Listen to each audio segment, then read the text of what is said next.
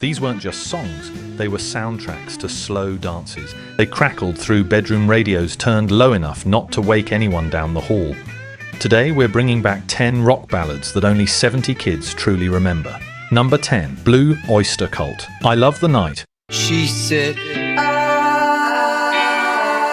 love the night.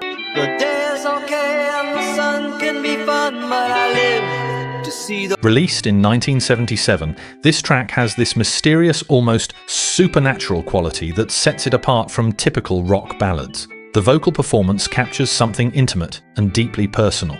It reached the charts during a time when the band was experimenting with different sounds and textures. The beauty of this song lies in its restraint. It never overreaches, never tries too hard, just lets the melody and emotion guide everything. It remains largely forgotten by modern listeners, overshadowed by the band's more famous tracks. Yet when you listen to it today, you understand why it deserved so much more recognition. It's the kind of song that stays with you long after it ends. Number 9, Whitesnake, Is This Love? Is this love that I'm feeling? Is this the love that I've been searching for? Is this love? Released in 1987, this became one of the defining power ballads of an entire era. The song was originally written with someone completely different in mind, Tina Turner. But when the band's guitarist started playing it, something magical happened. The arrangement unfolded beautifully, transforming into something undeniably theirs. The production is lush with keyboards that give it this modern, polished sheen. The vocals soar with genuine emotion and vulnerability. The song reached number 2 on the Billboard Hot 100, staying on the charts for weeks. It became embedded in the culture, played at proms, in cars on late-night drives, at moments when people needed to feel something intensely. The music video became iconic, capturing the aesthetic of the era perfectly. What's remarkable is how the song works at both extremes. It's powerful enough for stadiums, yet intimate enough for bedroom stereos. Decades later, it remains one of those songs that immediately transports you back to specific moments in your life. It's become the soundtrack to an entire generation's romantic memories. Number 8, Scorpions, No One Like You. There's no one like you. I can't wait for the night with you. I imagine the things we do. I just wanna be loved by you. This is a song about longing and comparison, about looking at everyone else and realizing nobody measures up to the one person you truly want. The production combines rock elements with an almost orchestral arrangement. The strings add this sweeping quality while the guitar work keeps everything grounded. The vocals carry a desperation that feels genuine and heartfelt. It builds from quiet verses to an anthemic chorus that feels earned. The song has this patient structure. It takes its time, letting each section breathe before moving forward. It became an international hit that defined the sound of early 1980s rock. The band brought their distinctive heavy rock background but softened it, showing they could be vulnerable and emotional. It's a masterclass in how to make something both powerful and tender at the same time. Today it's largely forgotten by younger listeners, but anyone who lived through that era knows exactly what you're talking about when you mention this song. Number 7, Sweet, Love is Like Oxygen. Love is like oxygen. You get too much, you get too high. Not enough and you're gonna die. Picture this, the late 70s, when rock was becoming more theatrical and experimental. This song arrived with an absolutely brilliant production concept. Love is like oxygen. You don't appreciate it until it's gone. It's such a perfect metaphor expressed through music. The arrangement is sophisticated, layering different instruments to create this rich, complex sound. The vocals have this theatrical quality that feels both sincere and larger than life. There's a chemical, almost scientific precision to how the song is constructed. Every element serves the central idea. The song climbed the charts and became a hit on both sides of the Atlantic. It showcased the band's evolution from their earlier glam rock days into something more refined and introspective. The production is so meticulous, so carefully considered, that you hear something new every time you listen. It's the kind of song that disappeared from radio rotation but remains in the hearts of anyone who truly heard it. Number 6. Europe.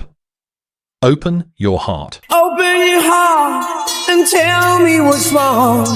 Why can't you talk like you used to do before? I don't know if I'm weak, I don't know if I'm strong. This is a classic 80s power ballad in the best possible way.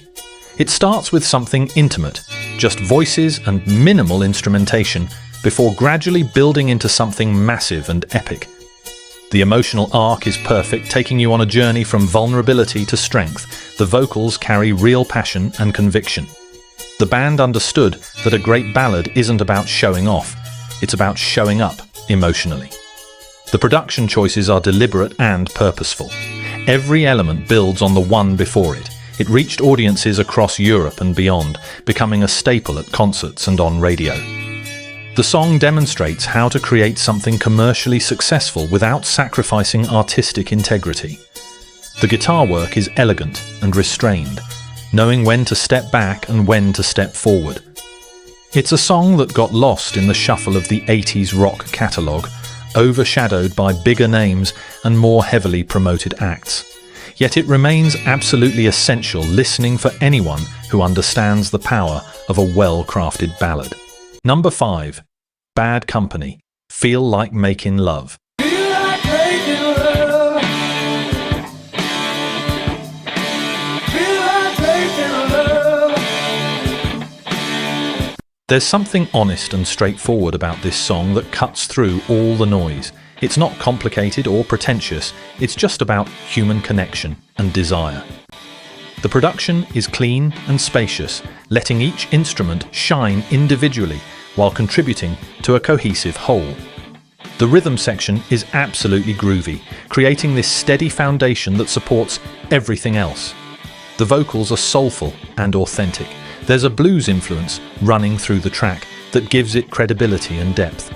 The guitar work sits right in that space between rock and soul. It became a hit that seemed to play everywhere during its era. The song has this timeless quality. It works in any decade because it taps into something universal. It reached the charts and became a staple of rock radio. Despite its massive success, it's largely forgotten by today's listeners. Yet when you hear it again, you're immediately reminded of why it worked so well. It's the kind of song that proves great music doesn't require complexity, just authenticity and skill. Number 4. Eagles. Take It to the Limit. Show me a sign and take it to the limit one more time. This song has this building energy that's almost cinematic in scope. It starts with a question, a moment of doubt and uncertainty. The production gradually expands, bringing in more instruments and voices as the song progresses. The vocal harmonies are absolutely gorgeous, layered in a way that creates this wall of sound. The guitar work is intricate and beautiful. There's a softness to the overall arrangement despite the apparent complexity. The song explores the idea of pushing yourself to your absolute maximum, testing your limits. It's an epic track that rarely gets mentioned when people talk about the Eagles, overshadowed by bigger hits and radio staples. Yet it represents the band at their most ambitious and experimental. The orchestration is lush and sophisticated. The pacing is perfect, never rushing, always giving moments room to breathe.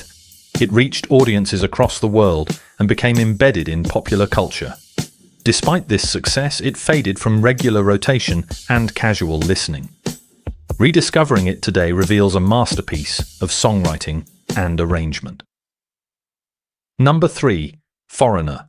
Cold as Ice. You're as cold as ice. You're willing to sacrifice our love. This song has an edge that distinguishes it from other ballads of its era. It's about emotional distance and the coldness that develops when a relationship deteriorates. The production is sophisticated and layered. The synthesizers create this almost haunting backdrop, while the guitars provide warmth and humanity. The vocals are delivered with real attitude and conviction. There's a warning quality to the song, a sense that something is broken and can't be fixed. The arrangement builds gradually, adding instruments and intensity as the song progresses. It became a massive hit that defined the sound of its era. The song showcases a band at the peak of their creative power. It combines rock credibility with pop accessibility in a way that few bands could accomplish. It reached the charts globally and became a concert staple. Yet somehow it's been largely forgotten by modern listeners. When you hear it again, you realize how innovative and ahead of its time it truly was. It's a song that rewards careful listening with its layers and nuances. Number 2. Rolling Stones. Angie. With no loving in our souls and no money in our coats, you can't say we're satisfied, Angie. From a band known for their raw rock and roll energy comes a song of heartbreak and sadness. The acoustic guitar that opens the song is beautiful and sparse. The string arrangement adds classical elegance to the production. The vocals carry genuine despair and resignation. The lyrics tell a story of lost love and acceptance.